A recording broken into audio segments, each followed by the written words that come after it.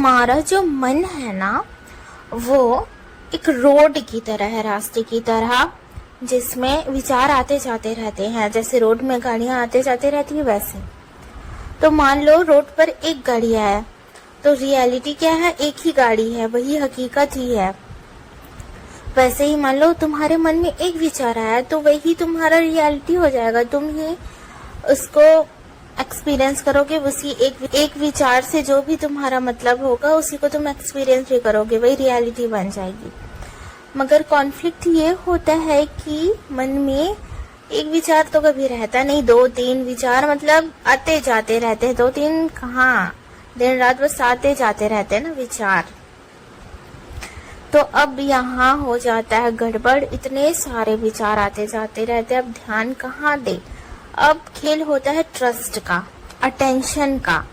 जिस विचार पर आप ज्यादा अटेंशन दोगे, जिस विचार को पकड़ोगे, ज्यादा अटेंशन, ज्यादा विश्वास करोगे जिस विचार के प्रति, वही रियलिटी होगा। मगर आपको थोड़ा अवेयर होना पड़ेगा, होश में रहना पड़ेगा। आपको एक विचार जो आपके फायदे के लिए है, उसे सच में पकड़ना होगा। मन का काम है भटकना, मन का नेचर है भटकना।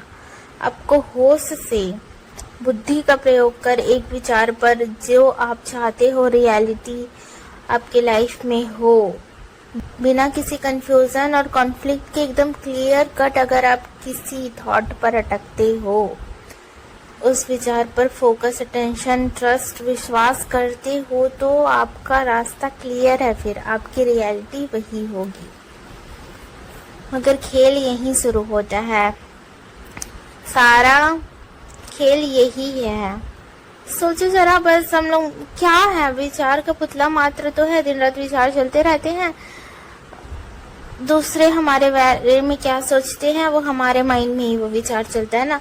हम उनके बारे में क्या सोचते हैं, उसका भी थॉट हमारे माइंड में ही चलता है। हर चीज माइंड में ही होता है। अगर आप थोड़ा सा भी अपने माइंड को देखो तो आपको पता चलेगा ये बात। तो ध्यान दो, ये माइंड करता क्या है, देखो जरा, और इस माइंड से काम लो। माइंड ही हर चीज करता है, तो उसका सदुपयोग करो जो तुम्हारे लिए अच्छा है।